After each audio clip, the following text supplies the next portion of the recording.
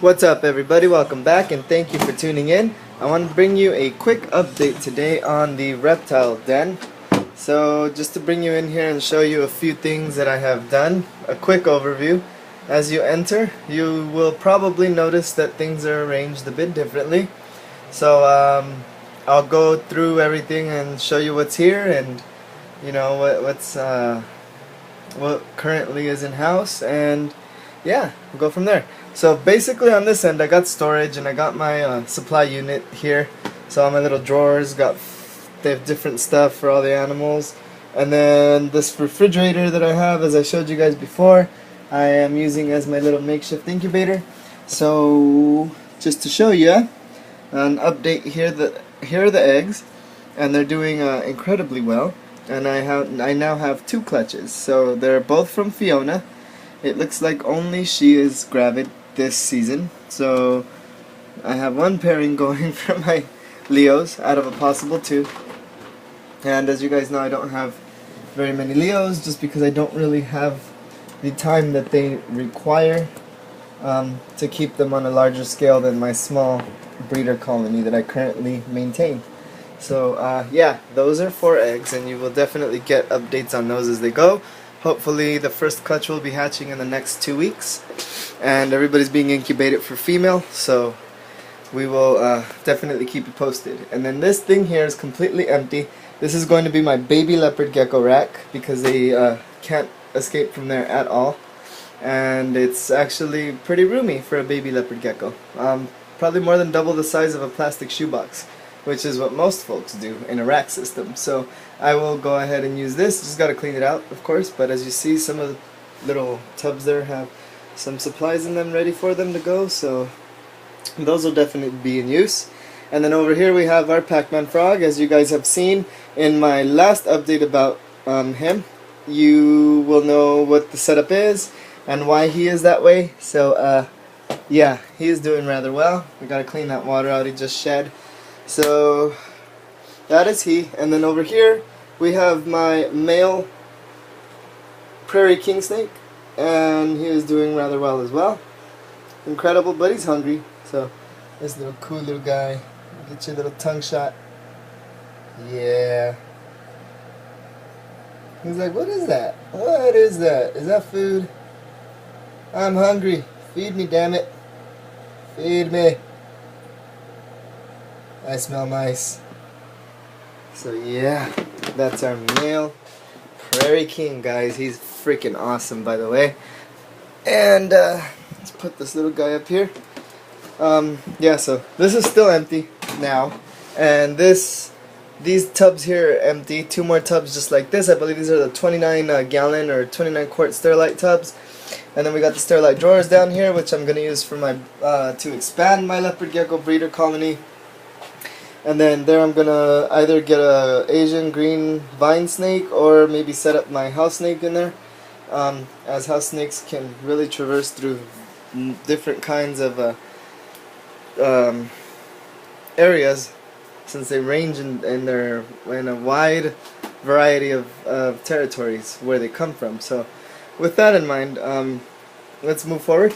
This is our leopard gecko colony. So in here I have my male, and he is the offspring of my 2 Leos that I used to have, which are my female Blizzard that passed away. This is her son, and also Shrek, whom I purchased when I purchased Fiona.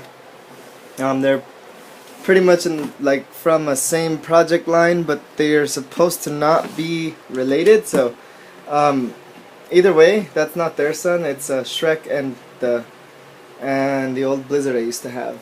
So that's him. And then here we have the females. So let me see who's in here.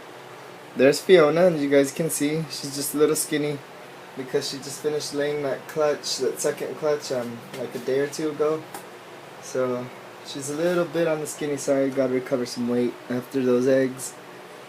And then there you can see my normal dinker female leopard gecko.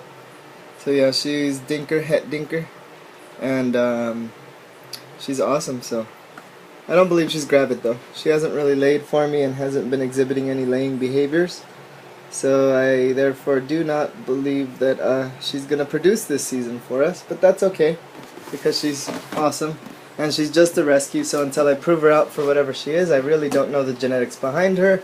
Therefore, her offspring will not be too incredibly viable, and that will be made known as far as pricing and the individuals who purchase any offspring that come from her. So yeah, oops, taking Rex out again, but yeah, it's just because he decided to come out. He's awesome, by the way. And they're hungry, which I'm about to do feeding, and they know I just grabbed the bowls out right before I picked up the camera. So that's why they're... well, at least him. He's got an incredible feeding response.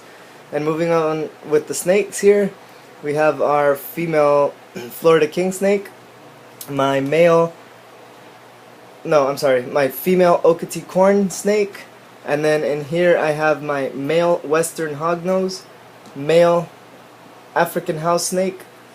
This one is my male Kenyan sand boa and my female Kenyan sand boa.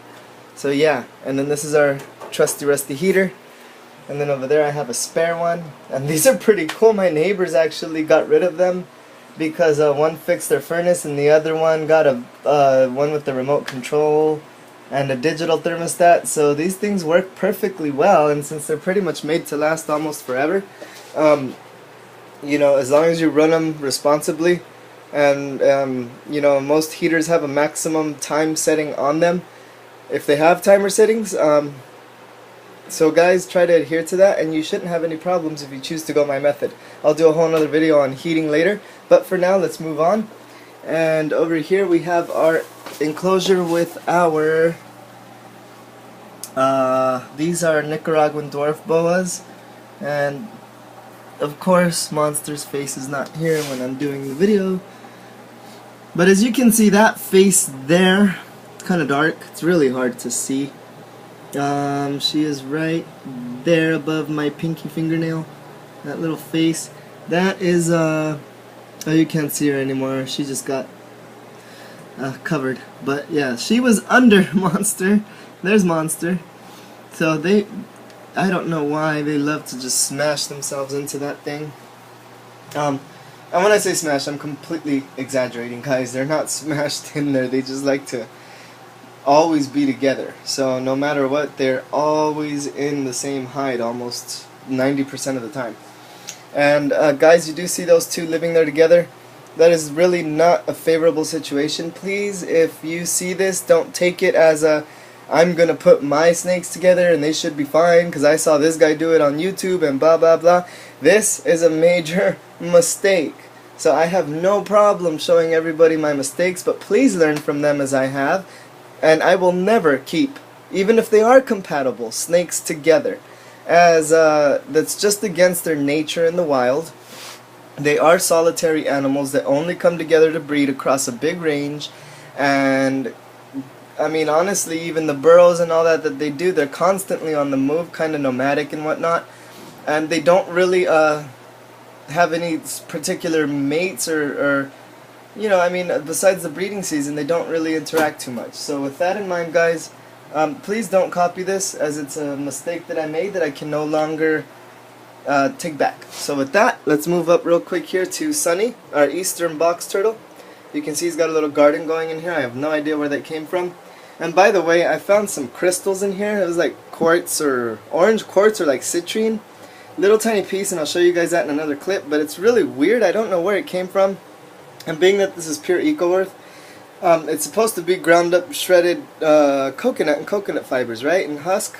So if that's the case, then how did crystals get in there? As they don't grow in coconuts. So did he poop them out? I don't know, but I'll show you guys. It's pretty crazy. Anyways, then over here we got Bubba, our razorback musk turtle.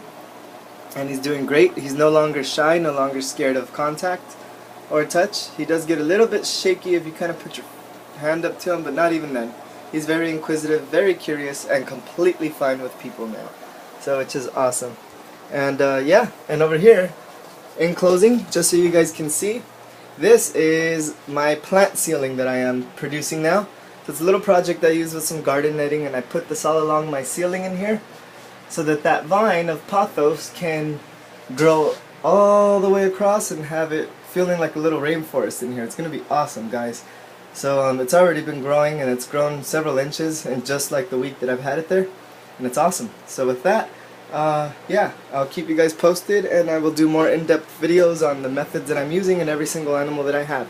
Thank you so much for tuning in. Please rate, comment, subscribe, and above all, people, happy herping. Keep the hobby alive and the community strong, as I always say. With that, if you have any questions, feel free to comment, feel free to send me a direct message. Sometimes I am quite busy with work, but I will always do my best to get back to you as soon as possible. So, and video respond and do all those other things. So, thanks a lot, guys. I know I've been gone for a while, but I'm back full force. So, with that, tune in and keep on watching. Later.